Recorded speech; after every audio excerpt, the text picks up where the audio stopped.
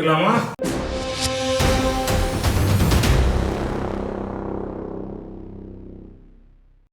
வணக்கம் prime minister. வணக்கம் வணக்கம். எப்படி இருக்கீங்க? நல்லா இருக்கேன். பிரதமர் வேஷ்டியில ஜம்முன்னு இருக்கிறீங்க. எனக்கு ஒரே தர்ம சங்கடமா இருக்கு. நான் வெள்ளக்கார மாதிரி கோட்டு சூட்ல இருக்கிறேன், நீங்க தமிழ் வேஷ்டியில இருக்கிறீங்க. முதல்ல இதை நீங்க நோட்டீஸ் பண்ணத நான் பாராட்டுறேன். बधाई देता हूँ. Prime minister, you have exhibited a great penchant. முந்தைய பிரதமர்களை எல்லாம் விட தமிழ் கலாச்சாரத்தின் மேல ஒரு ஆழமான ஈடுபாட்டை நீங்க வெளிப்படுத்துறீங்க. தமிழ்நாட்டுக்கு பல முறை வந்திருக்கிறீங்க. இந்த வருஷம் கூட நிறைய வந்திருக்கிறீங்க. என்னுடைய கேள்வி, உங்களுடைய முதல் தமிழ்நாட்டு பயணம் உங்களுக்கு ஞாபகம் இருக்கா? Do you remember your first ever visit to Tamil Nadu? वैसे करीब 5 दशक से मेरा கிட்டத்தட்ட 50 வருஷமா தமிழ்நாட்டுக்கு வந்துட்டு போயிட்டு தாங்க இருக்கேன். நாடெங்கும் சுத்தணுங்கிற ஒரு ஆர்வத்துல எல்லா பக்கமும் சுத்தினப்ப தமிழ்நாட்டுக்கும் அடிக்கடி வந்திருக்கேன். அது தவிர கட்சியில பல பொறுப்புகள்ல இருக்கும்போது நான் கன்னியாகுமரி, இன்னும் பல்வேறு தமிழ்நாட்டு பகுதிகளுக்கு வந்திருக்கேன். குறிப்பா சொல்லணும்னா விவேகானந்தர் பாறையில அந்த ராக் மெமோரியல் கட்டுமானம் நடக்கும்போது நான் அங்க வந்திருக்கேன். 1970 அப்புறம் இந்த 1975 இந்திரா காந்தி அம்மா எமர்ஜென்சி கொண்டு வந்தாங்கல்ல, के दरमियान में அப்ப கொஞ்சம் நான் தலைமறைவா அண்டர் கிரவுண்ட்ல இருந்து வேலை செய்ய வேண்டியிருந்த காலம். जाता था तो तमिलनाडु சில கோஆர்டினேஷன் வேலைக்காக इमरजेंसी அப்ப நான் பல ஊர்களுக்கு போக வேண்டிய தேவை இருந்தது. அப்ப நான் தமிழ்நாட்டுக்கும் வந்திருக்கேன். तय किया था हमारे कुछ लोग எமர்ஜென்சி முடிஞ்சதுக்கு அப்புறம் पूरे देश में அந்த நேரத்துல மக்களுடைய எதிர்ப்புகள், மக்கள் நடத்திய போராட்டங்கள், இது எல்லாத்தையும் தொகுத்து जो संघर्ष ஒரு கம்பைலேஷன் செய்யணும்னு நாங்க ஒரு முடிவு எடுத்திருந்தோம். இதுக்காக நாடு பூரா பயணம் செஞ்சு இதுல சம்பந்தப்பட்ட தலைவர்கள் எல்லாம் சந்திக்கணும்னு நினைச்சேன். स्टेट हेडक्वार्टर्स पे அந்த வேலைக்காக में जाता था, பல நாட்கள் நான் தமிழ்நாட்டுல தங்கி இருந்திருக்கேன். तो उनसे मिलता था. அதுக்கப்புறம் கட்சி வேலைக்காக ரெகுலரா வந்து போறது உண்டு. तो उस काम के அப்புறம் लिए आपने इमरजेंसी ஏக்தா யாத்ரா ரொம்ப ரொம்ப முக்கியமான விஷயம். அது கன்னியாகுமரியில் ஆரம்பிச்சு संगठन के लिए रेगुलर ஸ்ரீநகர் வரைக்கும் போனோம். ஸ்ரீநகர் லால் சௌக்ல एकता यात्रा एक बहुत தேசிய கொடியை பறக்க விடணுங்கிற ஒரு மாபெரும் கனவோட நாங்க ஜம்மு காஷ்மீர் போனோம். और सपना लेकर के निकले थे क्योंकि उस समय लाल चौक में तिरंगा झंडा को झुलाया जाता था श्रीनगर में. இந்த யாத்திரை நோக்கம் 2019 ஆர்டிகல் 370 நீக்கத்தோட முழுமை பெற்றுச்சு இல்லையா? पूरी तरह ஆமா, ஸ்ரீநகர் லால் சௌக்ல தேசிய கொடியை பறக்க விடணுங்கிற ஒரு மிகப்பெரிய கனவோட நாங்க ஸ்ரீநகர் போயிருந்தோம். भगत सिंह सुखदेव और राज அப்ப பகத்சிங், ராஜ்குரு, சுக்தேவ் அந்த 3 பேரோட குடும்பத்தினரும் தான் வந்திருந்து எங்க கையில அந்த தேசிய கொடியை கொடுத்தாங்க. जो हमने श्रीनगर के लाल चौक में जाकर के फहराया था कन्याकुमारी में. So you've just told us that கிட்டத்தட்ட 50 வருஷமா உங்களுக்கு தமிழ்நாட்டோட தொடர்புகள் இருக்கிறதா சொல்றீங்க. இதுல மறக்கவே முடியாத நினைவு அப்படின்னு ஏதாவது இருக்கா? your most memorable experience in Tamil Nadu. मैं कहता हूँ कि एक से बढ़कर एक अनुभव होता है. मैं குறிப்பிட்டு இந்த ஒரு சம்பவம் தான் என்னால சொல்ல முடியாது. ஆனா என்ன ரொம்ப டச் பண்ண ஒரு விஷயத்த நான் சொல்லணும்னு நினைக்கிறேன். நாங்க கன்னியாகுமரியிலேருந்து ஒரு தடவை கேரளாக்கு போயிட்டு திரும்ப தமிழ்நாட்டுக்கு வந்தோம். ஈரோடுன்னு நினைக்கிறேன், அதுக்கு பக்கத்தில் ஒரு ஊரு. அங்க சுதந்திர போராட்டத்துல தான் உயிரை கொடுத்த ஒரு தியாகி, அதுவும் ரொம்ப சின்ன வயசுலயே உயிர் தியாகம் செஞ்சிருந்தார். அவரோட குடும்பத்திலேருந்து ஒரு 90 வயதுக்கு மேற்பட்ட ஒரு பெரியவங்க வந்திருந்தாங்க. அந்தம்மா எனக்கு ஆசீர்வாதம் கொடுக்க தான் வந்திருந்தாங்க. அந்த தியாகியோட சமாதிக்கு நாங்க போய் மரியாதை செஞ்சோம், மலர் அஞ்சலி செலுத்தினோம். அப்ப அந்த அம்மா காட்டின ஒரு உணர்ச்சி இருக்கே, அவங்க அந்த தியாகிக்கு என்ன உறவுன்னெலாம் எனக்கு ஞாபகம் இல்லை. நீங்க திருப்பூர் குமரனை சொல்றீங்களா? yes yes you are perfectly right. He held on to the national flag. அவர்தான் தேசிய கொடி ஏந்தி உயிர் தியாகம் செஞ்சவர். का जो blessing और जो எனக்கு அந்த அம்மா காட்டின உணர்ச்சியும் அவங்க தந்த ஆசீர்வாதமும் ரொம்ப பாதிச்சுது. குமரன் அவர்கள் செஞ்ச தியாகத்தை பார்த்து அவங்க எவ்வளவு பெருமைப்பட்டாங்கன்னு அன்னைக்கு நான் உணர்ந்தேன். दूसरा இன்னொரு சம்பவம், जा रही थी நாங்க ஏக்தா யாத்திரை போகும்போது ஒரு மனுஷர் வயல்ல வேலை செஞ்சுட்டு இருந்தாரு. அவர் வெறும் கோமணத்தோட தான் வேலை செஞ்சுட்டு இருந்தாரு. ऐसे रोको எங்கள நில்லுங்க நில்லுங்கன்னு நிறுத்த சொன்னாரு. நாங்களும் கான்வாயை நிறுத்தி நிறுத்தி கேட்டப்ப எங்க கையில ₹11 கொடுக்கறாரு. उसको ज़्यादा समझ नहीं आता था बोलना, लेकिन उसने मेरे हाथ में ₹11 दिया।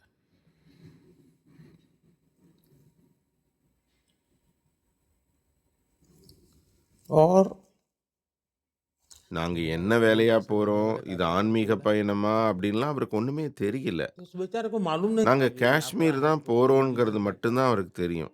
उसने அப்ப कहा, "कश्मीर जा रहे हैं, அவருக்கு தெரிஞ்சதெல்லாம் ₹11 ஒரு யாத்திரை காஷ்மீருக்கு போகுதுங்கிறது மட்டும்தான். कश्मीर के लिए कश्मीर में जा रहे हो आप?" उसको इतना मालूम அந்த था कि யாத்திரையில தன்னுடைய பங்களிப்பா ஒரு ₹11 இருக்கணும்னு मेरी तरफ என்ன से भी விதமான உணர்ச்சி அவருக்கு. मट அவர் கட்டியிருந்தது வெறும் கோமணம் தான், வயல்ல தான் வேலை செய்யறாரு. गरीब किसान के இப்படி எமோஷனலான பல விஷயங்கள் நிறைய இருக்கு. तो ऐसी சொல்லிக்கிட்டே बहुत सारी போகலாம். घटनाएं बहुत होती हैं जो कभी भूल नहीं सकते। so but சார் உங்களுக்கு தமிழ்நாட்டுல ரொம்ப பிடிச்ச விஷயம்னா எதை சொல்லுவீங்க? மொழியா, கலாச்சாரமா, இல்ல சாப்பாடா? खाना ऐसा है, हम जब तमिलनाडु कहते हैं उसको टुकड़ों में नहीं, தமிழ்நாடுங்கிறத அந்த மாதிரி துண்டு துண்டா எல்லாம் நம்ம பிரிச்சு பார்க்க முடியாது. இதை ஒரு ஒட்டுமொத்தமா தான் நம்ம பார்க்கணும். से शुरू होना ஆனா இயல்பா பார்த்தீங்கன்னா எனக்கு தெரிஞ்சு முதல்ல வர்றது மொழி தான். तो मेरे मन में गुस्सा எனக்கு மனசுக்குள்ளார ஒரு கோவமே இருக்கு. गुस्सा इस बात का है அதாவது நம்ம ஒரு மிகப்பெரிய பாரம்பரியத்திற்கு ஒரு அநியாயத்தை செஞ்சிருக்கோங்கிற மாதிரி ஒரு கோவம். महान विरासत के साथ अन्याय எங்கேயாவது ஒரு டைனோசரோட முட்டை கிடைக்குதுன்னு வச்சுக்கோங்க, कहीं पर மொத்த நாடே கொண்டாடும். ஆனா तो पूरा देश नाचता அந்த மாதிரி ஒரு பல ஆயிரம் வருஷங்களுக்கு முந்தைய ஒரு மொழி से நம்ம கிட்ட இருக்கு. அதை நம்ம வெளி உலகத்துக்கு எடுத்து சொல்றதே இல்லை. अभी जीवित भी है, इट्स अ लिविंग लैंग्वेज। कहते नहीं है ஆமா ஆமா, இந்த விஷயம் என் மனசுல ஒரு வலியாவே இருக்கு. அதனால தான் ஐக்கிய நாடுகள் சபைக்கு போனப்ப நான் அங்க தமிழ்ல பேசணும்னு முயற்சி பண்ணேன். जैसे एक दो एक உலகத்திலேயே ஒரு பழமையான மொழி இதுதான்னு நான் எல்லா நாடுகளுக்கும் சொல்லணும்னு நினைச்சேன். लेकिन मैं मन இது में உலகத்துக்கு தெரியணும் இல்லையா? ये எவ்வளவு வளமான கலாச்சாரம், இதுக்கான மரியாதை கிடைக்கணுங்க. इसलिए मैं बोला कि मैं दुनिया को बताऊं कि दुनिया की सबसे पुरानी लैंग्वेज है, ये दुनिया को पता होना चाहिए। और इतनी समृद्ध विरासत, இப்ப பாருங்க, जगह पे गौरव மொழி சார்ந்த அரசியல் நடக்குது. நல்ல வேளை இங்க இட்லி தோசையில அரசியல் நடக்கல. இல்லைன்னா राजनीति இந்த இட்லி தோசை தமிழ்நாட்டுக்குள்ளேயே முடங்கி இருக்கும். இப்ப பார்த்தா ஸ்ரீநகர்ல இட்லி தோசை கிடைக்குது, குஜராத்ல கிடைக்குது, கவுஹாட்டி போனா கிடைக்குது. உலகத்தின் எந்த நாட்டுக்கு போனாலும் இட்லி தோசை கிடைக்குது. गुवाहाटी में जाए எப்படி இந்தியன் ரெஸ்டாரண்ட்ல இட்லி தோசை உலகம் முழுக்க கிடைக்குதோ அந்த மாதிரி தமிழ் மொழியும் உலகம் முழுக்க கிடைக்கணும், எல்லாரும் தெரிஞ்சுக்கணும்னு நான் நினைக்கிறேன். அரசியல் காரணங்களால அதை முடக்கி வைக்க கூடாது. இதனால மிகப்பெரிய பாதிப்பு தமிழ் மொழிக்கு தான், ஏன் ஒட்டுமொத்த இந்தியாவுக்கும் தான் பாதிப்பு. ज्यादा नुकसान हुआ है, हिंदुस्तान का भी बहुत नुकसान हुआ है। बट अभी சார் இப்போ உங்களுக்கு பிடிச்ச தமிழ் உணவு எதுன்னு கண்டிப்பா சொல்லணும். இட்லி தோசை पर नॉर्मली मैं उपमा पसंद करता हूँ। Upma really sir that's not many people's favorite. फिर मैं आपका जो पोंगल? खिचड़ी जैसा होता है, பொங்கல் खिचड़ी पोंगल तो बहुत लाइट होता है। हमारे सेलम में எங்க சேலத்துல மோடி இட்லின்னு ரொம்ப ஃபேமஸ், உங்களுக்கு தெரியுமா? ஓ, எனக்கு அது இன்னைக்கு தான் தெரியும். இப்பதான் நான் சேலமும் போயிட்டு வந்தேன். இங்க எல்லார்ட்டையும் சொல்றேன். वो मोड़ी इडली कहता है। as prime minister ஒரு பிரதமரா தமிழை மையப்படுத்தி சில நடவடிக்கைகள் எடுத்திருக்கிறீங்க. உதாரணத்துக்கு காசி தமிழ் சங்கமம், பார்லிமெண்ட்ல தமிழ் செங்கோலை நிறுவியது, இதெல்லாம் உருவானது எப்படி? देखिए जहाँ तक காஷி தமிழ் சங்கமத்தை பொறுத்த வரைக்கும் मैं काशी का सांसद के नाते, मैं वैसे काशी पहले भी जाता நான் காஷியோட எம்பியா இருக்கேன், காஷிக்கு பல முறை போயிருக்கேன். ஆனா இப்ப என்னுடைய பார்வை ஒரு வித்தியாசமான பார்வையா இருக்கும் இல்லையா? பல இடங்கள்லேருந்து வர்றாங்க காஷிக்கு. மேற்கு வங்கத்திலேருந்து வர்றாங்க, குஜராத்லேருந்து வர்றாங்க, மகாராஷ்டிரலேருந்து வர்றாங்க. आते हैं। இத்தனை மக்கள் வந்தாலும் காஷியில இருக்கிற அந்த படகோட்டிகள் எல்லாம் இவங்க மொழியெல்லாம் பேசுறது இல்லை. அதெல்லாம் ரொம்ப கம்மியா இருக்கும். कुछ बोलते हैं ஆச்சரியப்படுற விதமா அங்க இருக்க படகோட்டிகள் பலரும் தமிழ் மொழியை நல்லா பேசுறாங்க. இது காரணம் என்ன? वहीं के लोग हैं தமிழ்நாட்டிலிருந்து தான் மிக அதிகமான அளவு மக்கள் காசிக்கு मैक्सिमम யாத்திரை यात्री வர்றாங்க. तमिलनाडु से आते हैं அந்த அளவு அங்க ஒரு और उसके தொடர்பு बाद उनको இருக்குது. सहज बातचीत तमिल उनको இதே மாதிரி பாத்தீங்கன்னா நம்ம பாரதியாரின் குடும்பம் இன்னும் அங்கதான் இருக்காங்க. और இதனால தான் நான் பனாரஸ் இந்து பல்கலைக்கழகத்துல பாரதியார் பேர்ல ஒரு இருக்கை ஏற்படுத்தினேன். परिवारजन आज அதன் பிறகுதான் காசி தமிழ் சங்கமம் फिर मैंने நடத்த बनारस வேண்டும் यूनिवर्सिटी அப்படின்னு என் மனசுக்குள்ள ஒரு எண்ணம் भारती தோன்றுச்சு. जी के नाम से இந்த நிகழ்ச்சியின் மூலமா தான் காசியில் फिर मेरे வாழும் मन में மக்கள் आया कि मैं काशी தமிழரின் பண்பாட்டை संगमम का கொஞ்சமாவது தெரிஞ்சுக்கணும், தமிழ்நாட்டின் है உணவு वो வகைகளை अभिरुचि பத்தி எல்லாம் அவங்க தெரிஞ்சுக்கணும், और उसमें இங்க இருக்கிற கலை काशी में இலக்கியம் लोग நடனம் तमिल संग இது பத்தி எல்லாம் ஒருத்தருக்கு ஒருத்தர் அறிமுகமாகணும்னு நினைச்சேன். तमिल அதுக்கான संगीत நிகழ்ச்சிகள் होता நடத்தப்பட்டது. है तमिल சொன்னா நீங்க ஆச்சரியப்படுவீங்க.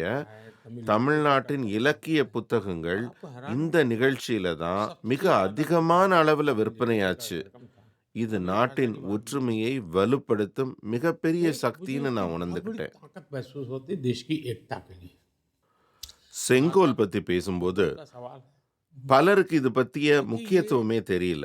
बहुत நம்ம कम लोगों நாட்டின் சுதந்திரத்தின் முதல் நொடி, முதல் கணம் भारत की இந்த आजादी செங்கோலோட தொடர்புடையது.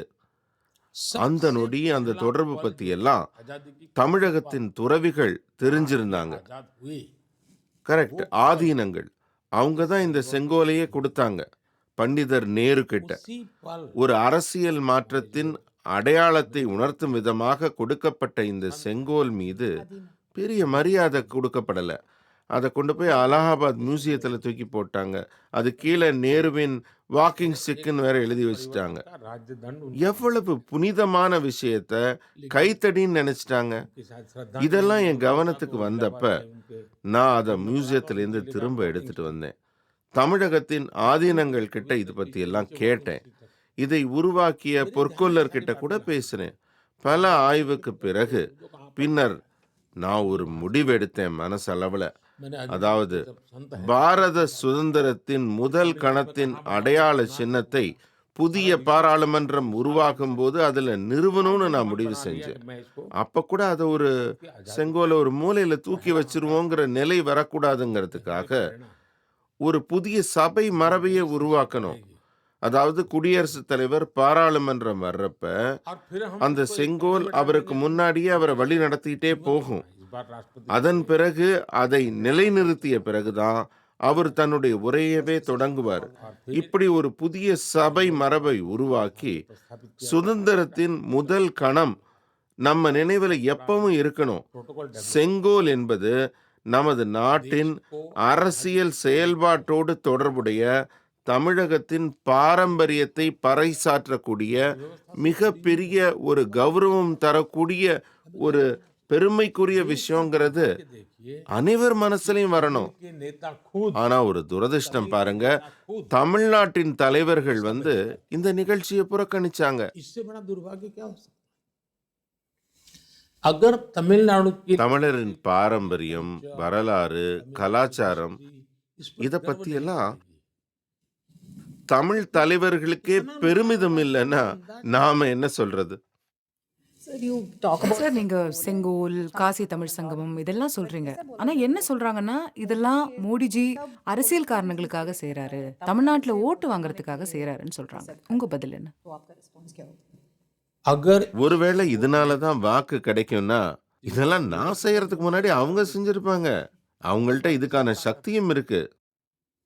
उनको அவங்களுக்கு தெரியும் இதனால நாடு பலமடையுதுன்னு. அவங்களுக்கு தெரியும் இதனால வாக்கு வங்கி அரசியல் முடிவடையுதுன்னு. वोट बैंक की அவங்களுக்கு தெரியும் அவங்களோட குடும்ப அரசியலுக்கு ஆபத்துன்னு. उनको मालूम है कि அதனாலதான் இந்த விஷயங்களை பார்த்து அவங்க பயப்படுறாங்க. होती है இதனால வாக்கு கிடைக்கும்னா அவங்க தான் எனக்கு முன்னாடி ஓடி வருவாங்க. पहले वो दौड़ते Prime Minister speculations were பிரதமர் இந்த முறை காசில இருந்து மட்டும் இல்ல ராமேஸ்வரத்துல இருந்தும் போட்டியிட போறார் அப்படின்னு ஹேசியங்கள் நிலவுச்சு. நீங்க எப்பயாவது தமிழ்நாட்டுல போட்டியிடணும்னு கருதி இருக்கிறீங்களா? எதிர்காலத்துல அதற்கான வாய்ப்பு இருக்கா? मैंने जीवन में நான் என் வாழ்க்கையில தேர்தல்ல போட்டியிடுறது பத்தி நினைக்கவே இல்லை. அது திடீர்னு என் வாழ்க்கையில வந்துருச்சு. நான் வேற பணிகளுக்காக தான் என் வாழ்க்கையை அர்ப்பணிச்சிருந்தேன். நான் எப்பவுமே என்னை பத்தி நினைச்சதில்ல. தேர்தல்ல போட்டியிட வேண்டுமான்னு கூட நான் யோசிச்சதில்ல. இதெல்லாம் நான் முடிவு பண்ணல. நான் கட்சியோட ஒரு கடைசி படை வீரன். இந்த கட்சி தான் என்னை தேர்தலில் போட்டி போட சொன்னுச்சு. நான் போட்டி போட்டேன். ராஜ்கோட்டில் நிற்க சொன்னாங்க, செஞ்சேன். அப்புறம் மணிநகர் தொகுதிக்கு போக சொன்னாங்க, பரோடா தொகுதி கொடுத்தாங்க. கடைசியா பாராளுமன்றத்துக்கு காசியிலேருந்து போட்டி போட சொன்னாங்க. கட்சி என்னை எங்க நிறுத்துதோ அங்கேருந்து போட்டி போடுறேன். இதுல எனக்குன்னு தனிப்பட்ட கருத்து எதுவும் இல்லை. Are you open to the idea? ऐसा है मैं என்னோட வாழ்க்கை பயணத்தை எடுத்துக்கிட்டீங்கன்னா, ஒரு திட்டத்தோட நான் எப்பவுமே பயணம் பண்றதில்ல. ஒரு திறந்த மனத்தோட போறேன். क्लोज माइंड से कोई चीज நான் இப்போ உங்களுக்கு ஒரு நேர்காணல தர்றேன்னா, ஒரு திறந்த மனத்தோட தான் தர்றேன். இப்படி ஒரு திறந்த மனதோட இருக்கிறது தான் நம்மள வளர்ச்சி பாதையில கூட்டிட்டு जीवन போகும். के विकास का द्वार खोलती है. मैंने तो ओपननेस का जवाब दिया है, बाकी तो कंक्लूजन करना मीडिया का काम है.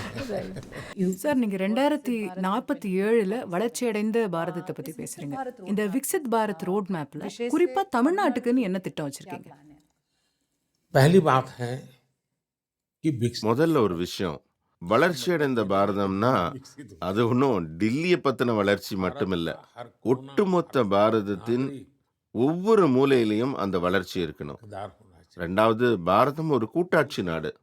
நான் குஜராத்தோட முதல்வராக இருக்கிறப்ப கூட பாரதத்தின் வளர்ச்சிக்காக குஜராத்தின் வளர்ச்சின்னு செயல்பட்டேன். गुजरात का विकास வளர்ச்சியடைந்த பாரதத்தை அடைவதற்காக மாநிலங்கள் வளர்ச்சி அடைய வேண்டும். होना ये होना चाहिए. இதில் முதல் விஷயம் என்னன்னா, विकसित भारत வளர்ச்சி அடைந்த பாரதத்தை உருவாக்க इसलिए தமிழகத்திலிருந்து ஒவ்வொரு தமிழரும் முயற்சி எடுக்க வேண்டும். विकसित तमिलनाडु ஒவ்வொரு தமிழரும் ஒவ்வொரு குடிமகனைப் போல को लेना.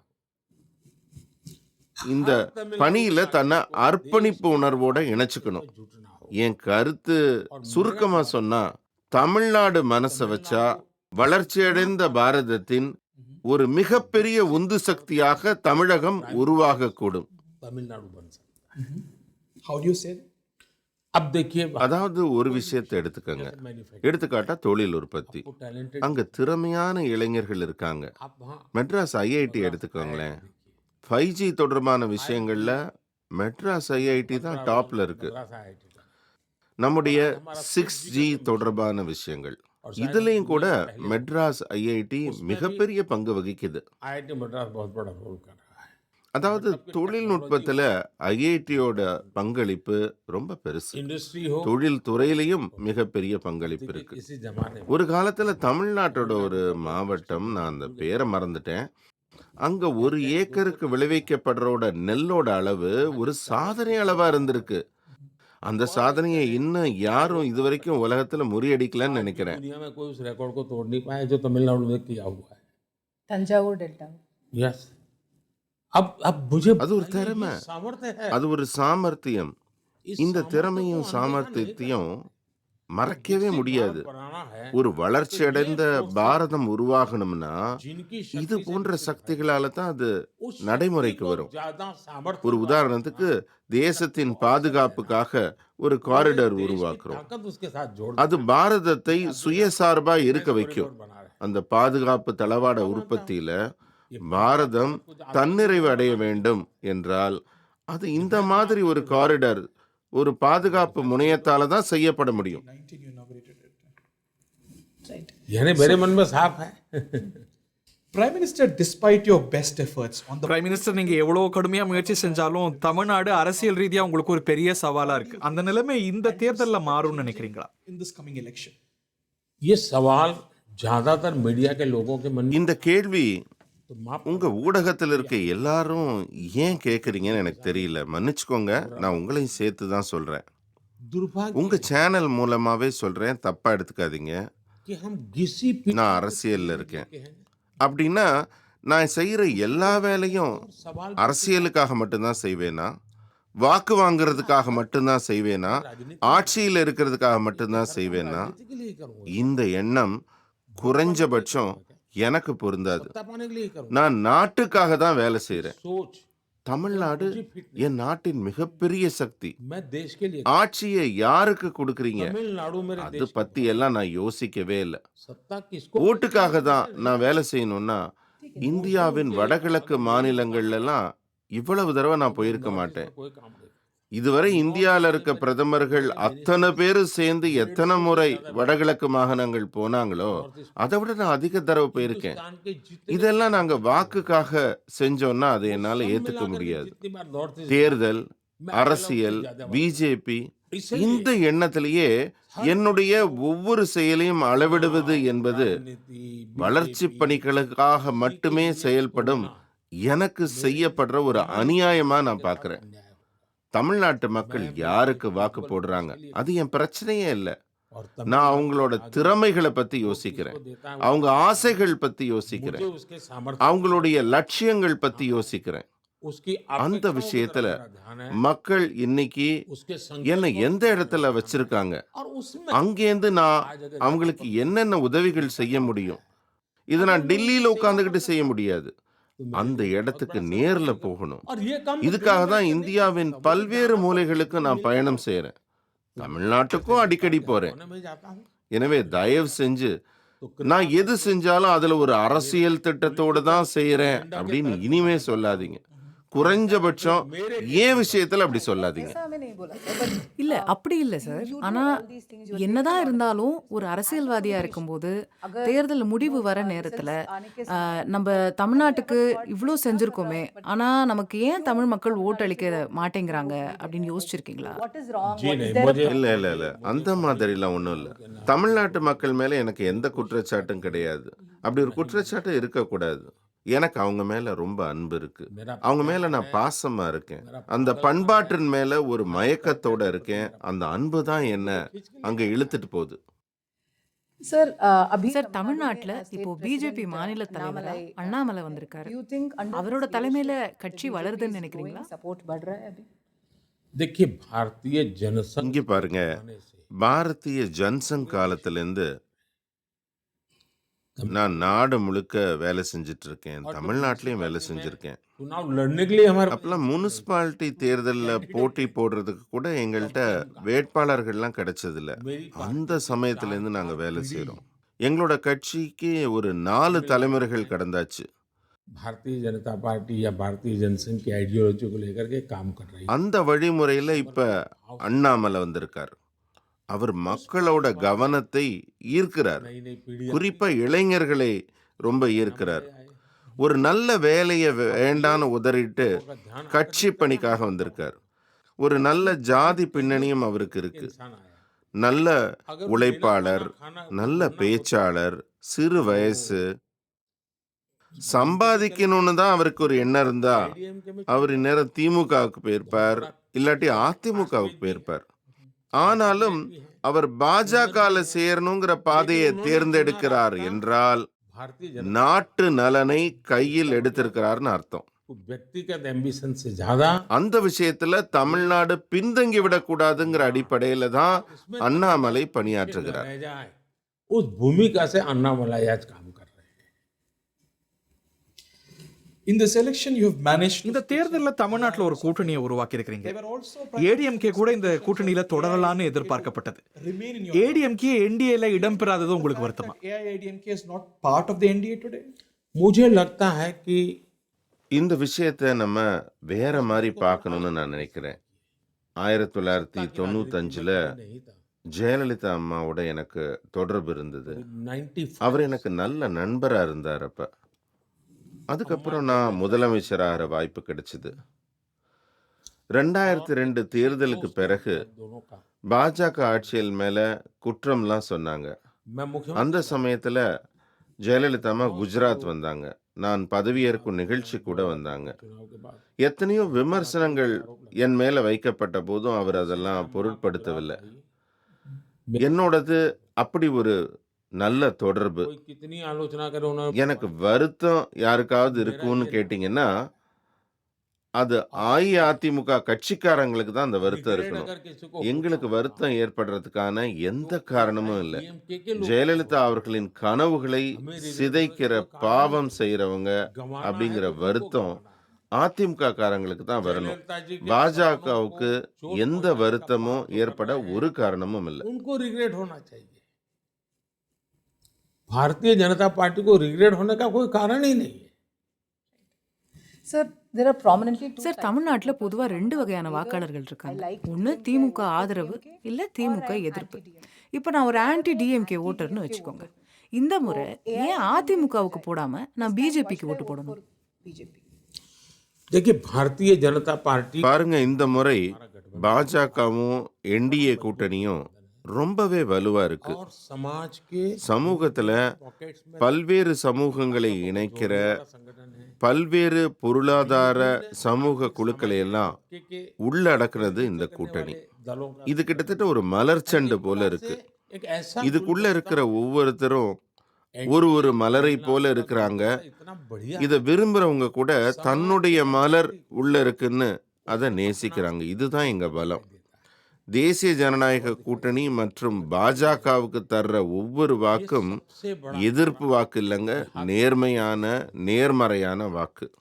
जहां तक இந்த முறை பாஜகவுக்கு வாக்களிக்கணுங்கிற மனநிலையோட தான் மக்கள் எங்களுக்கு வாக்களிக்கிறாங்க. ये नहीं है तो उसको दो, பாஜகவோட வாக்கு कुछ भी हो जाए நேர்மையான வாக்கு, அதுக்கு ரொம்ப பலம் உண்டு. You think it's not मैं देख anti रहा DMK हूं, मगर pro BJP. ये किसी का एंटी वोट है नहीं.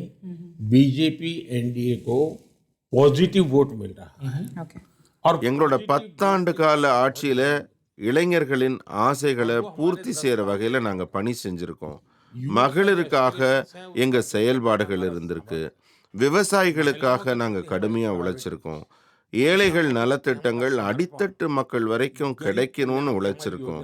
பாஜகவுக்கு ஆதரவா, தேசிய ஜனநாயக கூட்டணிக்கு ஆதரவா தமிழகத்திலையும் ஒரு மனநிலை உருவாகி இருக்கு.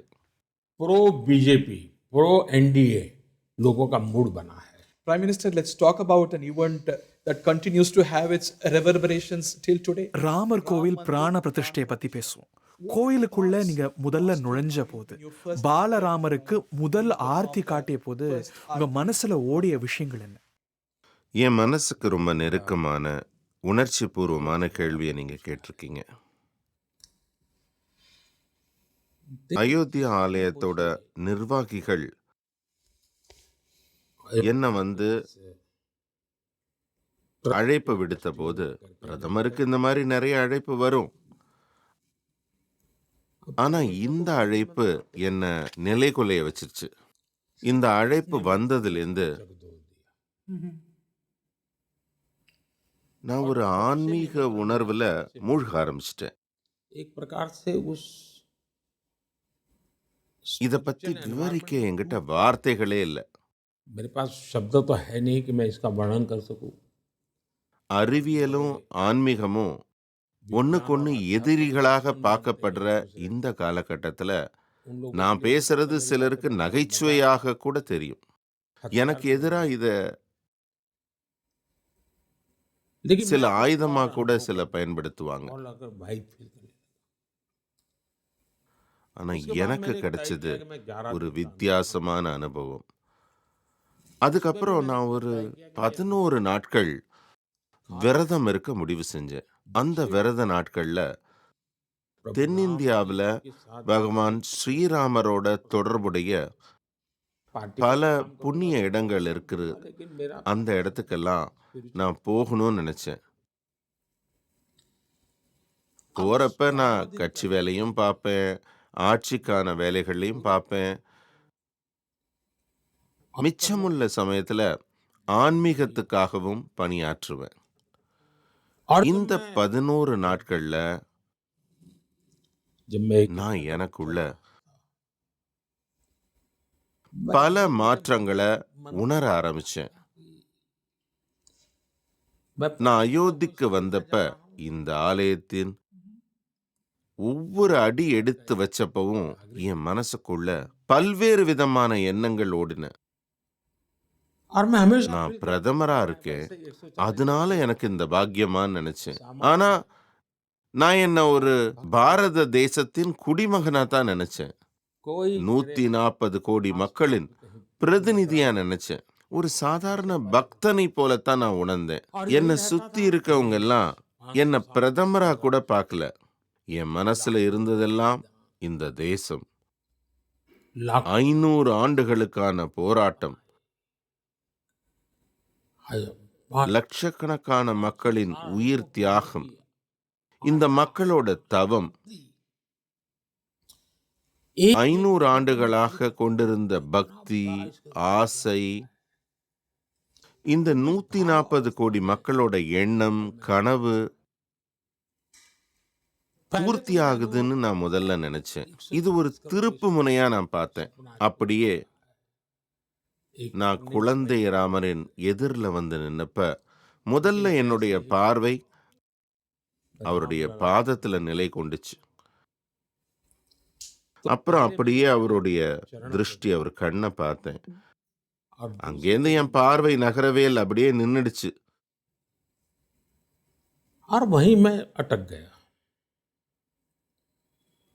कुछ पल சுத்தி இருந்த பூசாரிங்கெல்லாம் இதை செய்யுங்க அதை செய்யுங்கன்னு சொல்லிட்டே இருந்தாங்க. नहीं रहता था मेरा ஆனா எதுலையுமே என் நினைவு போகல.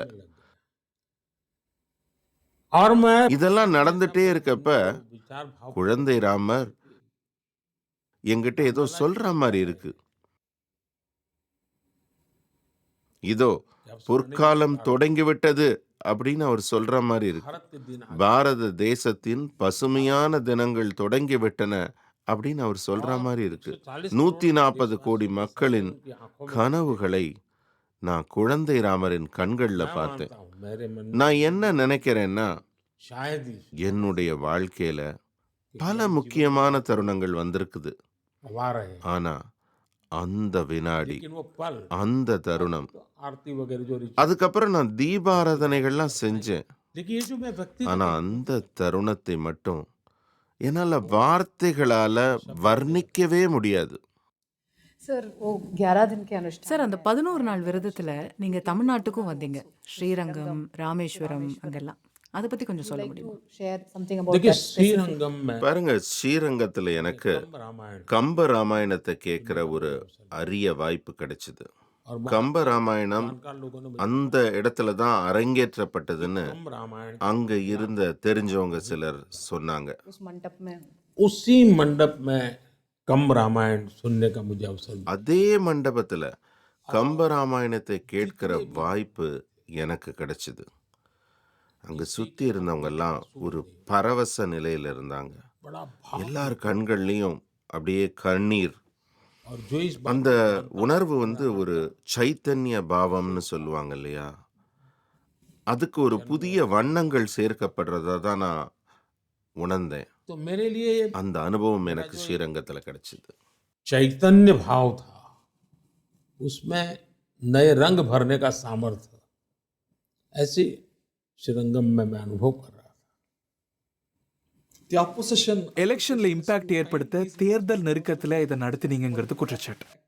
आप देखिए இங்க பாருங்க, உச்ச நீதிமன்றத்தோட தீர்ப்பு வந்துச்சு. उसके आधार அந்த அடிப்படையில தான் ராமர் கோயில் கட்டப்பட்டுச்சு. அதை கட்டுனவங்க வேற ஆட்கள், அந்த ட்ரஸ்ட் ஒரு தனி அமைப்பு. सकता है कि ये समय அதனால இந்த நேரத்தை கடவுளே முடிவு செஞ்சிருக்கிறார். सुप्रीम कोर्ट का जजमेंट இல்லை என்றால் உச்ச நீதிமன்ற தீர்ப்பு, அதுக்கப்புறம் அது பின்னாடி நடந்த கட்டட வேலை, ராமர் பிரதிஷ்டை, இதெல்லாம் ஒரு முறைப்படி நடந்திருக்கு. नहीं दिखता है क्योंकि இன்னும் சொல்ல போனா அந்த தீர்ப்பை எழுதினவர் கூட இதெல்லாம் நினைச்சு பார்த்திருக்க மாட்டாரு. அதாவது தேர்தலுக்கு முன்னர் இதெல்லாம் நடக்கணும்னு. मामला खड़ा हो जाएगा.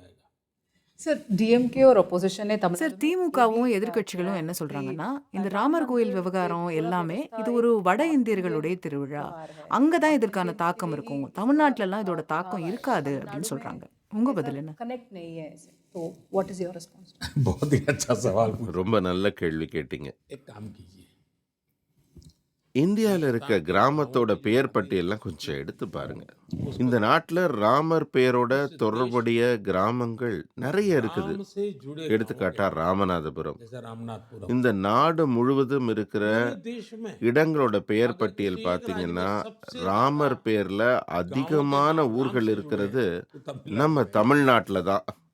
அயோத்திக்கு அருகில் இருக்கிற ஊர்களில் கூட नहीं है இவ்வளவு ராமர் பெயர்ல இடங்கள் இருக்கிறது இல்ல. इतना तमिलनाडु में. ஸோ இது பத்தி தொடர்பு இல்லைன்னு சொல்றவங்க அறியாமைய பத்தி நான் என்ன சொல்றது? अज्ञान அவங்களுக்கு தமிழ்நாடை பத்தியும் தெரியாது, தமிழ் பாரம்பரியம் பத்தியும் தெரியாதுன்னு தான் சொல்லணும். அது மட்டும் இல்ல, தமிழ்நாட்டுல இருக்கிற ஆண்களோட பெயர்களை பாருங்க, ராமர் பெயர் இருக்கிற பெயர்கள் தான் உங்களுக்கு அதிகமா கிடைக்கும். Let me ask about a matter that touched a lot of people. Prime Minister, பலர் நெகிழ்ச்சியா பார்த்த ஒரு விஷயத்தை பத்தி கேட்கணும்னு நினைக்கிறேன். நீங்க ஒரு அன்பான மகன், உங்க அம்மாவை பெருமைப்படுத்திருக்கிறீங்க. ஆனா அவங்க இறந்த சில மணி நேரத்திலேயே வேலைக்கு திரும்பிட்டாங்க. Narendra Modi, பிரதமர் மோடிக்கும் மகன் மோடிக்கும் நிச்சயமா முரண்பாடு ஏற்பட்டு why did you அந்த முரண்பாட்டுல மகனை விட பிரதமர் நிலைத்தது எப்படி? Narendra Modi prevail over son Modi? इसकी क्रेडिट मोदी को नहीं जाती है, அந்த பெருமை उसकी क्रेडिट बेटे, பிரதமர் மோடிக்கும் கிடையாது, उसकी सारी மகன் மோடிக்கும் கிடையாது. அந்த முழு பெருமையும்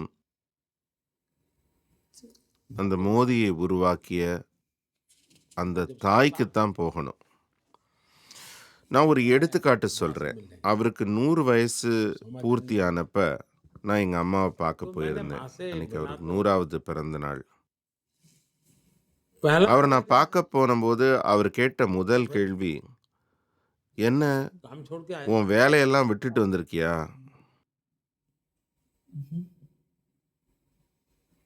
कब எப்ப வந்த?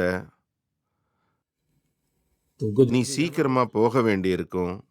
இதெல்லாம் தான் அவரோட வார்த்தைகள். फिर எங்க அம்மா படிச்சவங்க இல்ல. புத்தகம் எல்லாம் அவங்களுக்கு என்னன்னே தெரியாது. வாழ்க்கை முழுக்க கூலி வேலை செஞ்சவங்க தான். मेरे எனக்கு ஏதாவது சொல்லுங்கம்மான்னு கேட்டேன். சிலருக்கு கேட்டா சிரிப்பு கூட வரலாம். அவர் சொன்னாரு, உன் வேலையை செய் சுய புத்தியோடு, और जीवन வாழ்க்கையை வாழு ஆத்ம சுத்தியோடு.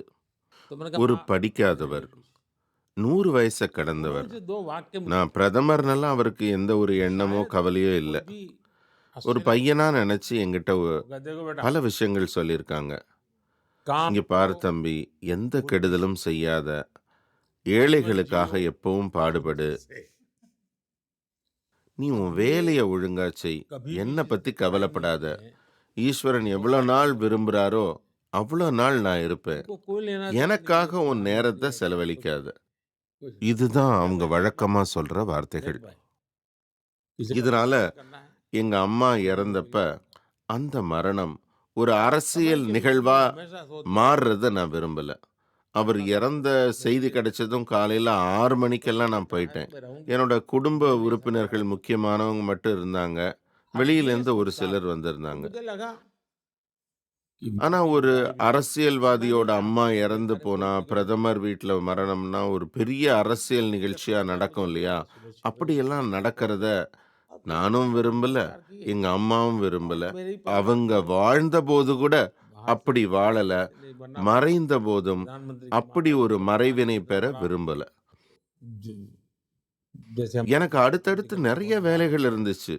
அதனால எங்க அம்மா சொன்னா कभी ऐसा जीवन நான் செய்யணுங்கிற மாதிரி और नहीं मैं நான் உடனே என் வேலைகளை செய்ய काम में ஆரம்பிச்சேன். और मेरे कार्यक्रम बने हुए थे तो मैं तुरंत काम में लग गया.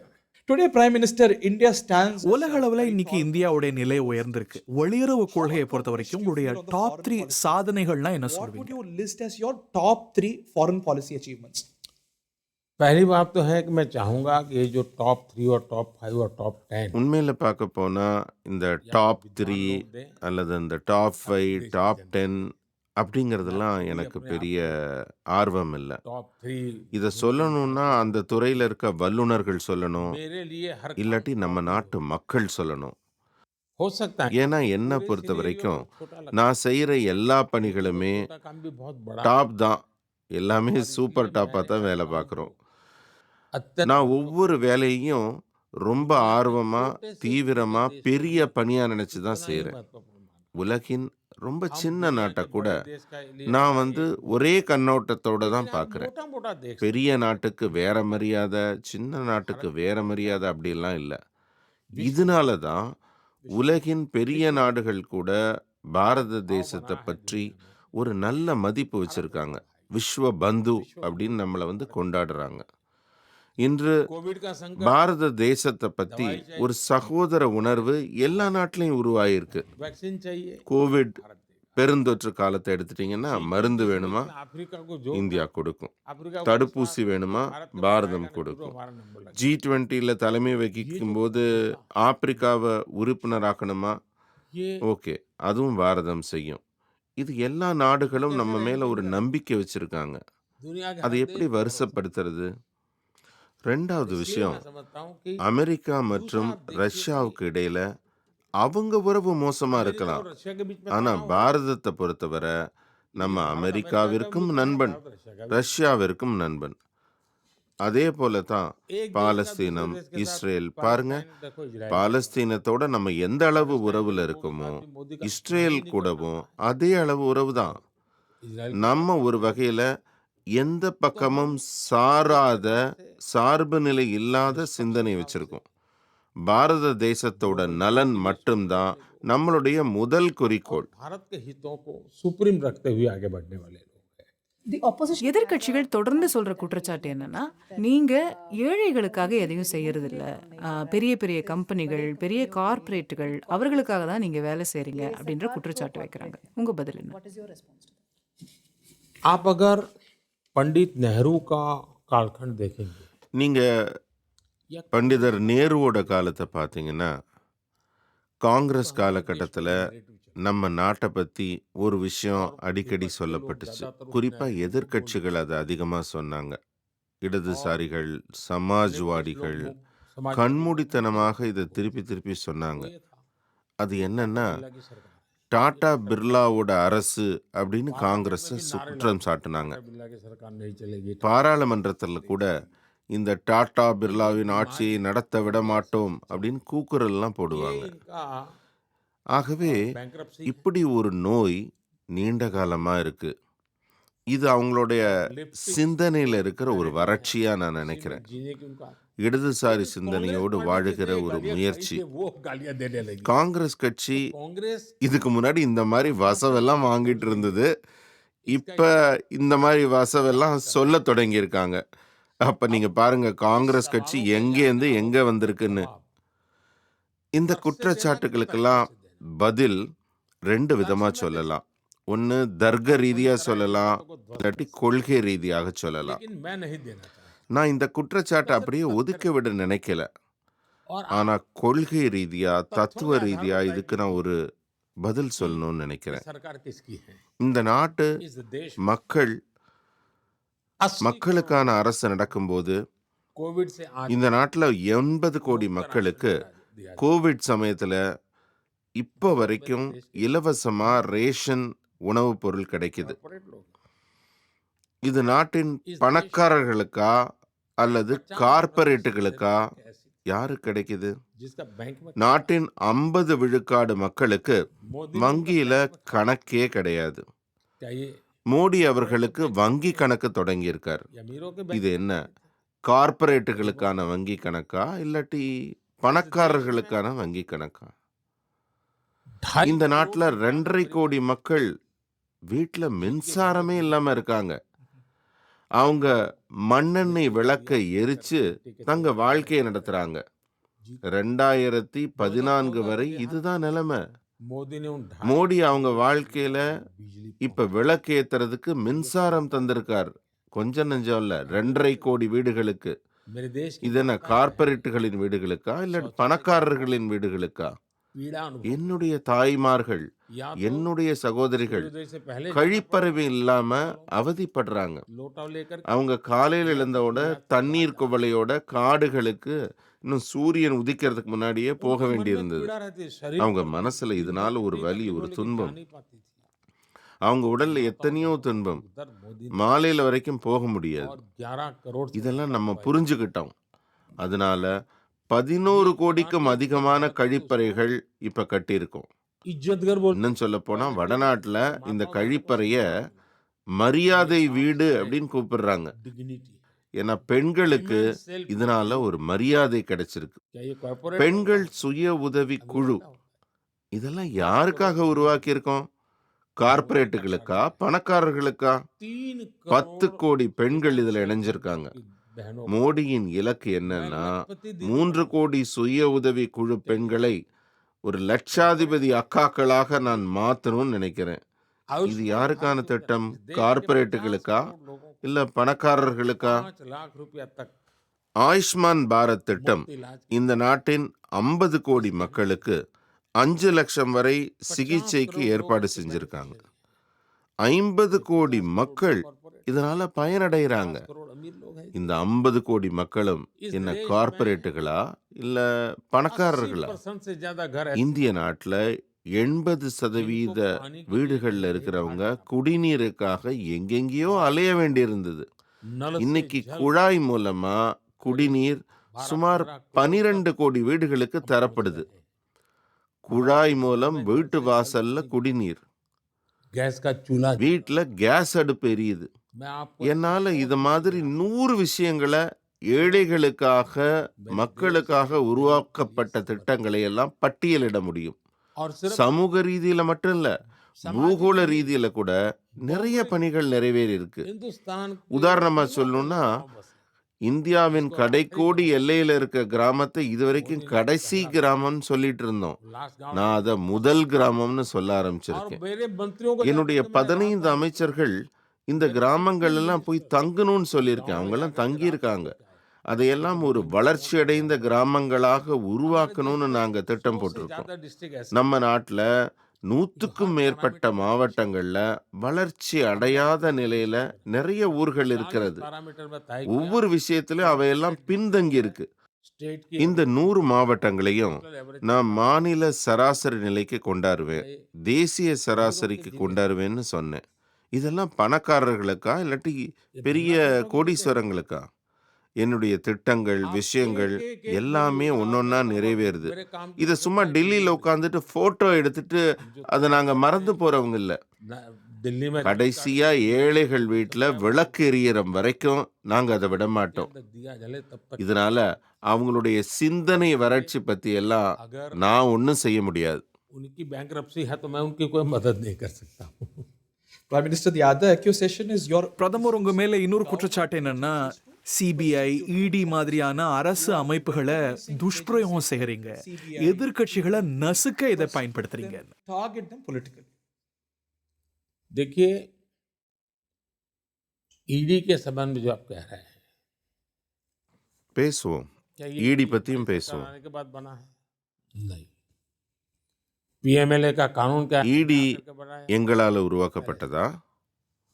பிஎம்எல்ஏ சட்டம் நாங்க தான் உருவாக்கணுமா? काम क्या किया है? एक இல்ல, स्वतंत्र एजेंसी है, முதல்ல இருந்தே அதெல்லாம் இருக்கு. काम कर रही है। இப்ப கேள்வி ना उसे என்னன்னா, हम रोकते हैं, ஈடி எப்படி வேலை செய்யுது? அது ஒரு சுதந்திரமான அமைப்பு. स्वतंत्र रूप से काम करना होगा। அது சுதந்திரமாக பணியாற்றுது. उसको सही निकलना होगा। அதை நாங்க தடுக்கிறதும் இல்ல, யார் மேல அனுப்புறதும் இல்ல. आना ही देना नहीं चाहते। நீதிமன்றங்களோட தராசுகள் தான் அதோட செயல்பாட்டை மதிப்பிட முடியும். करीब 7,000 के எங்களுக்கு நேரடியா ஈடியோட எந்த தொடர்பும் இல்ல. उसमें இப்ப கூட ஈடி கிட்ட சுமார் 7,000 வழக்குகள் இருக்கு. அதுல அரசியல்வாதிகளோட தொடர்புடைய வழக்குகள் 3%க்கும் கொஞ்சம் கம்மியா தான் இருக்கும். उसमें पुलिस ரெண்டாவதா, जुड़े हुए 3% से भी कम। இந்த 10 ஆண்டுகள்ல அவர்கள் பிடிச்ச பணம் जब उनका समय था, 35 லட்சம் மட்டுமே.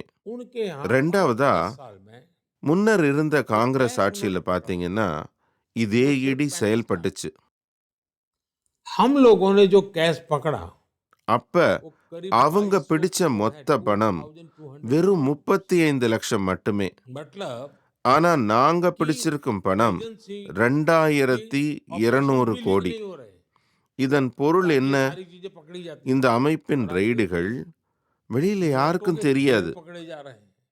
இதனாலதான் இந்த பணம் பிடிபடுது, पैसे रखे हुए मिल रहे हैं। மூட்டை மூட்டையா घरों में பிடிபடுது. जो पाइप होती है, लगता है पाइप पानी की है, तोड़ते பணத்தை எங்கெல்லாம் பதுக்கி வச்சிருக்காங்க? வாஷிங் மிஷின்ல வச்சிருக்காங்க, வீட்டுக்கு தண்ணி போற பைப்புகள்ல கூட கத்த கத்தையா நோட்டுகள் வச்சிருக்காங்க. ஒரு காங்கிரஸின் எம்பி வீட்ல இருந்து 300 கோடி ரூபாய் கிடைக்குது. வங்காளத்துல மந்திரியின் வீட்ல இருந்து பண மூட்டைகள் எடுக்கப்பட்டிருக்கு. இதையெல்லாம் நாட்டு மக்கள் சகிச்சுக்க தயாரா இருக்காங்களா? நான் அப்படி நினைக்கல. நாட்டு மக்கள் இப்படிப்பட்ட நோய் நீங்கணும்னு நினைக்கிறாங்க. இது கள்ள வழியில வந்த பணம். வங்காளத்துல ஏறத்தாழ 3000 கோடி ரூபாய் முடக்கி வச்சிருக்கோம். இதெல்லாம் யாரோட பணம்? சிலர்கிட்ட டிரைவர் வேலை வாங்கி தரேன், சிலர்கிட்ட டீச்சர் வேலை வாங்கி தரேன்னு சொல்லி எல்லாம் பணம் வாங்குறாங்க. அப்படி வாங்கின பணம் தான் இது. நான் சில சட்ட வழிமுறைகள் எல்லாம் கேட்டுட்டு இருக்கேன். कि क्या யார் யாரெல்லாம் பணம் கொடுத்தாங்களோ அவங்களுக்கு இந்த பணத்தை எல்லாம் திருப்பி தர முடியுமான்னு நான் முயற்சி செய்யறேன். वैसे हमने இதுவரைக்கும் நாங்க பிடிச்ச பணத்துல पकड़े 17,000 கோடி ரூபாய் 1,000 करोड़ रुपए திருப்பி கொடுத்துட்டோம். Already. ऑलरेडी யாருக்கு தொடர்பு இருக்கோ, பணம் எங்கிருந்து வந்துச்சோ, இந்த தேடல்ல முடிவு கிடைச்சதும் அவங்கவங்க பணத்தை அவங்கவங்களுக்கு திருப்பி கொடுத்துடுறோம். மக்கள் அதை பாராட்டுறாங்க. அவங்க எங்களை குறி வைக்கிறாங்க, ஆனா பிஜேபி காரங்களை தொடர்றது இல்லையேன்னு கேக்குறாங்க. ऐसा है जिस भी पॉलिटिशियन का केस होगा चलेगा. யாரா இருந்தாலும் ஈடியை பொறுத்த வரைக்கும் ஒரே நடைமுறை தான். நீங்க ஒற்றை உதாரணம் காட்ட முடியுமா நாங்க இந்த வழக்கை மூடி இருக்கோம் அப்படின்னு சொல்லி? எல்லாருக்குமே ஒரு விஷயம் தெளிவா புரிஞ்சுக்கணும். ஈடி தானா முன் வந்து எந்த வழக்கம் போட முடியாது. நாட்டுல இருக்க பல்வேறு துறைகள் வழக்கு பதிஞ்சிருந்தாங்கன்னா அதன் பின்னர் தான் அந்த வழக்குகள் மீது ஈடி நடவடிக்கை எடுக்க முடியும். இவங்கெல்லாம் யாருங்க? பிஎம்எல்ஏ சட்டம் என்ன நேத்து தான் வந்துச்சா? 150க்கு மேற்பட்ட நீதிமன்ற வழக்குகள் பிஎம்எல்ஏ சட்டத்தை முடக்கிறதுக்காக போடப்பட்டிருக்கு. ஒரு அதிகாரியோட போஸ்டிங்கை நிறுத்துறதுக்காக ஒரு வழக்கு, सुप्रीम कोर्ट இன்னொருத்தரை போடணுங்கிறதுக்காக வழக்கு, எல்லாமே உச்ச நீதிமன்றத்தில் நிலுவையில் இருக்கு. சுருக்கமா சொல்ல போனா ஈடி வேலை செய்யக்கூடாதுங்கிறதுக்காக நீதிமன்றத்தையே ஒரு ஆயுதமாக பயன்படுத்துறாங்க. ஏன்னா அவங்களுக்கு தெரியும் ஊழலுக்கு எதிரான மோடியின் நடவடிக்கை நிக்காதுன்னு. அதனாலதான் அவங்க நீதிமன்றத்தின் மூலம் இந்த ஈடியின் செயல்பாட்டை தடுத்து நிறுத்திடலான்னு பாக்குறாங்க. ஏன்னா அப்பத்தானே அவங்க ஊழல் எல்லாம் வெளியில தெரியாது. लड़ाई लड़ना पाए. Prime Minister, you keep talking about நீங்க பிரச்சாரத்துல காங்கிரஸ் மாதிரி எதிர்க்கட்சிகள் மேல ஊழல் குற்றச்சாட்டுகளை திருப்பியும் சுமத்துறீங்க. இதெல்லாம் நடந்து பல வருஷங்கள் ஆகுது. மக்கள் கிட்ட இன்னைக்கு இது தாக்கத்தை ஏற்படுத்தணும்னு நினைக்கிறீங்களா? with the Indian masses. देखिए हिंदुस्तान का सामान्य नागरिक समझने लगा है நம்ம நாட்டு மக்கள் என்ன நினைக்கிறாங்கன்னு நம்ம முதல்ல நினைச்சு பார்க்கணும். இந்த மாதிரி எல்லாம் ஊழல் முன்னாடியே தடுக்கப்பட்டிருந்தா நம்ம நாடு எவ்வளவு பெரிய வளர்ச்சி அடைஞ்சிருக்கும். क्या मतलब ஆகவே இந்த ஊழல் அப்ப நடந்துச்சு, அதை பத்தி இப்ப பேசுறதுனால என்ன பயன் அப்படின்னு எல்லாம் ஒருத்தரும் நினைக்க மாட்டாங்க. பெரிய துரதிர்ஷ்டம் என்னன்னா இதெல்லாம் பொருட்படுத்த தேவையில்லைன்னு ஒரு எண்ணத்தை உருவாக்க நினைக்கிறாங்க பாருங்க. ஊழல் வழக்குல சிக்கி சிறைக்கு போனவங்களை எல்லாம் ஒரு தலைவர் போல அமர வச்சு ஊர்வலம் நடத்துறாங்க. அவர்களை காப்பாத்தணும்னு இவங்க எல்லாம் பேரணிகள் நடத்துறாங்க. वो लोग हैं ஒரு புறம் ஊழல்வாதிகளை காப்பாத்துவோன்னு இவங்க எல்லாம் ஓடிட்டு இருக்காங்க. இன்னொரு பக்கம் மோடி நாங்க ஊழலை ஒழிப்போம் அப்படின்னு போராடிட்டு இருக்கோம். दूसरा आपने देखा உங்களுக்கு நல்லா தெரிஞ்சிருக்கும், ईडी ने ஈடி ரெய்டு நடத்தினதுனால போதை பொருள் விக்கிறவங்க எல்லாம் இப்ப ஜெயிலுக்கு போயிருக்காங்க. जेलों में गए. இன்னும் சொல்ல போனா தமிழ்நாட்டுக்கு முன்னாடி இப்படி ஒரு போதை பொருள்ங்கிற ஒரு பெரிய துன்பம் வந்திருக்கு. ड्रग्स के खिलाफ ईडी போதை பொருள் விக்கிறவங்களுக்கு எதிராக நடவடிக்கை எடுக்குது. எனக்கு சொல்லுங்க, நம்முடைய குழந்தைகள் எல்லாம் போதை பொருள்லேருந்து காப்பாற்ற வேணுமா வேண்டாமா? हमारे बच्चों பெரும் பணம் சம்பாதிக்க போதை பொருள் விற்கப்படுது. அந்த சட்டவிரோத பண பரிமாற்றத்தை எல்லாம் ஈடி தடுக்குதுன்னா काम करती है இவங்களுக்கு என்ன வயிற்று வலி? हो रहा है जी. Sir, I சார், நான் அந்த தேர்தல் பத்திரங்கள் பத்தியும் உங்ககிட்ட கேட்கணும்னு நினைக்கிறேன். சமீபத்துல அது பற்றி வெளிவந்திருக்கக்கூடிய அந்த முழு விவரங்கள் உங்க கட்சிக்கு ஒரு பின்னடைவை ஏற்படுத்தியிருக்கா? मुझे बताइए ऐसा क्या किया है कि जिसके कारण मुझे सेटबैक हो. கொஞ்சம் சொல்லுங்கம்மா, நான் என்ன செஞ்சுட்டேன்? எதனால எனக்கு கெட்ட பேர் ஏற்பட்டிருக்கு? எதுக்காக இதை பத்தி எல்லாரும் இப்படி சந்தோஷப்பட்டு ஆடுறாங்க? இவங்க எல்லாம் துன்பம் தான் பட போறாங்க. நான் இந்த புத்திசாலிகள்கிட்ட கேட்கிறேன், 2014க்கு முன்னாடி எத்தனை தேர்தல் நடந்திருக்கு? அத்தனை தேர்தல்களையும் எவ்வளவு செலவாகி இருக்கும்? எந்த நிறுவனமாவது அந்த பணம் எங்கேருந்து வந்துச்சு, யாருக்கு கொடுக்கப்பட்டதுன்னு சொல்ல முடியுமா? இப்ப மோடியை தேர்தல் பத்திரத்தை எல்லாம் உருவாக்கிட்டாரு. அதனால உங்களுக்கு அதை தேட முடியுது. பணம் யார் கொடுத்தது, யார் வாங்கினா, எப்ப கொடுத்தது, எல்லா விவரமும் கிடைக்குது. அதனால இன்றைக்கு தேர்தல் பத்திரங்கள்ல சில குறைபாடுகள் இருக்கு. எல்லா விஷயமும் முழுமையா இருக்காது. அதெல்லாம் அந்த குறையை தீர்த்துட்டா இதுலயும் சில நன்மைகள் கிடைக்கும். Prime Minister, moving to elections, your party பல கருத்து கணிப்புகள் படி நீங்க இன்னைக்கு வெற்றி முகத்துல இருக்கிறீங்க. இது உங்க பலத்தாலையா, எதிர்க்கட்சிகளுடைய பலவீனத்தாலையா? because of your own strength or the opposition weakness? Bharat के 4 प्रमुख இங்க பாருங்க, நம்ம நாட்டுல 4 விதமான பிரிவுகள் இருக்கு. இந்த நாட்டின் ஏழைகள், இளைஞர்கள், பெண்கள், விவசாயிகள். இந்த 4 பிரிவுகள் தான் ரொம்ப முக்கியமானது. 4 மிகப்பெரிய சாதிகளாக இவங்க தான் இருக்காங்க. கடந்த 10 ஆண்டுகள்ல இவங்களோட ஆசைகள் பல நிறைவேறியிருக்கு. அவங்க என்ன நினைக்கிறாங்கன்னா, இந்த 4 பிரிவுகளோட எண்ணங்கள், ஆசைகள், வருங்கால திட்டங்கள்லாம் தொடர்ந்து நிறைவேற வேண்டும் என்றால், பாஜக, என்டிஏ கூட்டணி மீண்டும் ஆட்சிக்கு வரணும். ஒரு நிலைத்தன்மை தொடரும் போதுதான் இந்த திட்டங்கள்லாம் தொடர்ந்து நடக்கும்னு அவங்க நினைக்கிறாங்க. மோடிக்கு வலிமை கிடைக்கணும், அப்பதான் இந்த பணிகள் பல மடங்கு வேகமா நடக்கும்னு அவங்க நம்புறாங்க. இதனால நாடு முழுவதும் ஒரு நேர்மறையான ஒரு சூழல் தான் நிலவுது. வளர்ச்சியடைந்த பாரதம் அந்த இலக்கோட இணைஞ்சிருக்கு. और उसको वो पूरा करना चाहता है। Sir, you சார் நீங்க இந்தியாவோட மிக வெற்றிகரமான அரசியல்வாதின்னு ஈஸியா சொல்லலாம். 4 முறை குஜராத்ல ஜெயிச்சிருக்கீங்க, இப்போ 3வது முறை பிரதமருக்கு நிக்கிறீங்க. As the most successful politician இந்த கண்ட்ரி, காங்கிரஸ் கட்சிக்கு ஏதாவது அட்வைஸ் சொல்லுங்களேன்.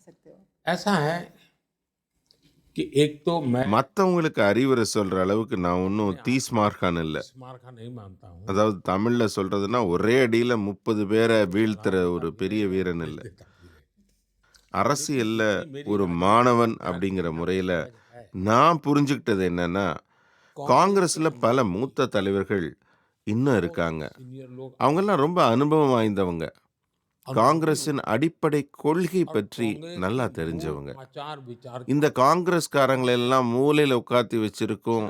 இப்ப இருக்கிற காங்கிரஸ்காரங்க उन्हीं के ऐसे அவங்க சொல்றதெல்லாம் கேட்டா போதும், காங்கிரஸ்க்கு தன்னால நல்லது நடக்கும். उनको सुनना அவங்களுக்கு ஏன் அறிவுரை எல்லாம் தேவையில்லை. शुरू कर दें। அவங்க கட்சிக்குள்ளேயே பல அறிவாளிகள் இருக்கிறார்கள், நல்லவங்க எல்லாம் இருக்காங்க.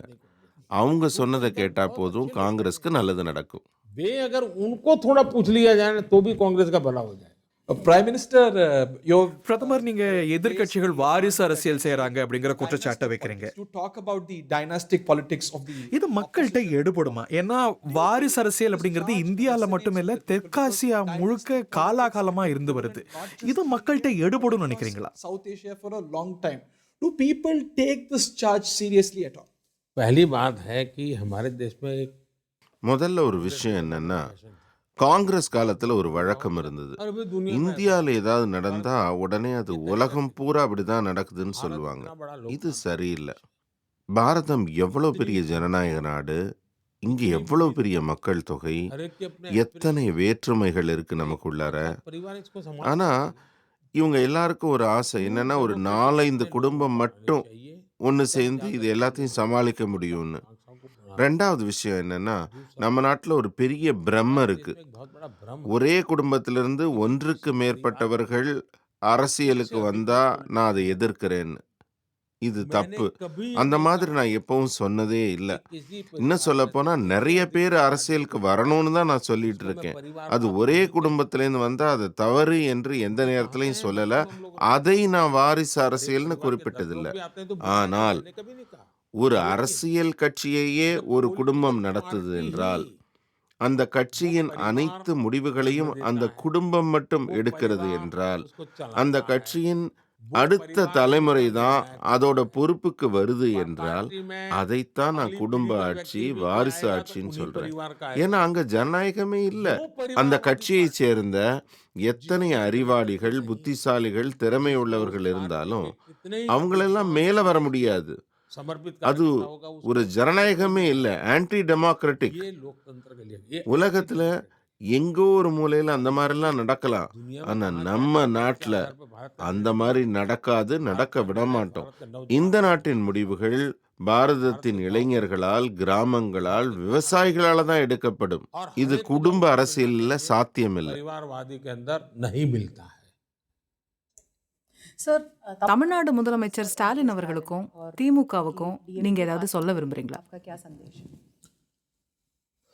मैं नहीं मानता हूँ அவங்களுக்கு என்னோட செய்தி எதுவும் தேவையில்லை. देश की जरूरत है वहाँ की தமிழக மக்களே அவங்களுக்கு ஒரு கடுமையான செய்தி சொல்ல தயாரா இருக்காங்க. मेरे संदेश की जरूरत नहीं है। Prime Minister, you have said நீங்க 400 சீட் இலக்கு வச்சிருக்கீங்க. 10 ஆண்டு கால ஆட்சிக்கு பிறகு 400 சீட் அப்படிங்கிறது ரொம்ப ஜாஸ்தியான இலக்கு இல்ல? ये देश की जनता ने तय किया है। இந்த நாட்டின் மக்கள் இந்த முடிவை எடுத்திருக்காங்க. மோடி எடுக்கல. ஏன்னா 30 வருஷமா நிலையற்ற தன்மை இருந்ததால பெரிய பாதிப்பு ஏற்பட்டிருக்கு அப்படின்னு மக்கள் புரிஞ்சுக்கிட்டாங்க. கடந்த 10 ஆண்டுகள்ல அந்த ஸ்திரத்தன்மை உருவாகி இருக்கு. ஒவ்வொரு குடிமகனும் தன்னுடைய வாக்கின் பலம் என்னன்னு புரிஞ்சுக்கிட்டாங்க. என்னோட வாக்கால தான் வீட்டுல கழிவறை கட்டப்பட்டிருக்கு. என்னோட வாக்கால தான் ஏழைகளுக்கு உணவு கிடைக்குது. என்னுடைய வாக்கால தான் ஏழைகளுக்கு மருந்து கிடைக்குது. இது மக்கள் என்ற மகேசனின் விருப்பம். மோடி ஒரு கருவி மட்டும்தான். Sir, is charge சார் இந்த 400 சீட்டுங்கிற இலக்குல குறிப்பா தென்னிந்தியால இருந்து எவ்வளவு கிடைக்கும்னு எதிர்பார்க்கறீங்க? specifically from South India? पहली बात முதல் விஷயம், எங்களுக்கு நாடு முழுவதிலிருந்து மிகப்பெரிய மக்கள் ஆதரவு கிடைச்சிருக்கு. அவங்க ஆசைகளை கனவுகளை நிறைவேற்ற எங்களை தயாரா வச்சிருக்க வேண்டியிருக்கு. எங்க கவனம் எல்லாம் அதுல தான் இருக்கு. मेरा ध्यान उस पर केंद्रित हुआ है. Any expectation? தமிழ்நாட்டுல உங்க எக்ஸ்பெக்டேஷன் என்ன? தமிழ்நாட்டுல எல்லாம் பாஜக ஆட்சிக்கு வர முடியும்னு நினைக்கிறீங்களா? அது சாத்தியம் தானா? पहली बात है முதல் விஷயம், நான் தேர்தல் கண்ணோட்டத்தோட தமிழ்நாட்டை என்னைக்குமே பார்த்ததில்ல. என்னை பொறுத்த வரைக்கும் தமிழ்நாடு இந்த நாட்டின் மிக திறமை வாய்ந்த மாநிலம். அதோட மொழி, பண்பாடு, சிறப்பு அம்சங்கள், எனக்கு வளர்ச்சியடைந்த பாரதத்திற்கு தமிழ்நாட்டின் திறமை ரொம்ப ரொம்ப முக்கியம். அதுதான் என் கனவும் கூட. यही मेरा सपना है. மீண்டும் ஆட்சிக்கு வந்தா தமிழ்நாட்டுக்கு மோடியின் கேரண்டி என்ன? विकसित भारत के लिए வளர்ச்சியடைந்த பாரதத்திற்கு வளர்ச்சியடைந்த தமிழ்நாடு, இதுதான் என் முழக்கம். இன்னும் சுயசார்பு இந்தியாவுக்காக மிகப்பெரிய டிஃபென்ஸ் காரிடார் அமைஞ்சு அங்க ஒரு பெரிய மாற்றம் உருவாக போகுது. இதுதான் நான் தர்ற முதல் உத்தரவாதம். அடுத்தது துறைமுகத்துறை. அண்மையில தூத்துக்குடியில ஒரு துறைமுகத்திற்கு அடிக்கல் நாட்டி இருக்கேன். இது வருங்காலத்துல மிகப்பெரிய கேம் சேஞ்சரா அமையும். அப்புறமா சுற்றுலா. कोई भी நம்ம நாட்டுல அதிகமான சுற்றுலா பயணிகளை கவரும் மாநிலமாக தமிழகம் பெரிய வளர்ச்சியை அடைய இருக்கு. இது தமிழ்நாட்டிற்கு நான் தர்ற உத்தரவாதம். ऐसा क्षेत्र இப்படி தமிழ்நாட்டின் அனைத்து துறைகளுக்கும் நான் உத்தரவாதம் அளிக்கிறேன். नहीं दे सकता हूं. மோடி 4.0 அதுக்கும் வாய்ப்பு இருக்கா? நீங்க 4, 5, 6 எவ்வளவு வேணா எண்ணிக்கோங்க. என்னுடைய சிந்தனை 2047 வரைக்கும் திடமா இருக்கு. 2047 வளர்ச்சி அடைந்த பாரதம். Wishing you all the best. बहुत बहुत धन्यवाद. Thank you. Thank you very much, Prime வணக்கம். Minister. Thank you. வணக்கம்.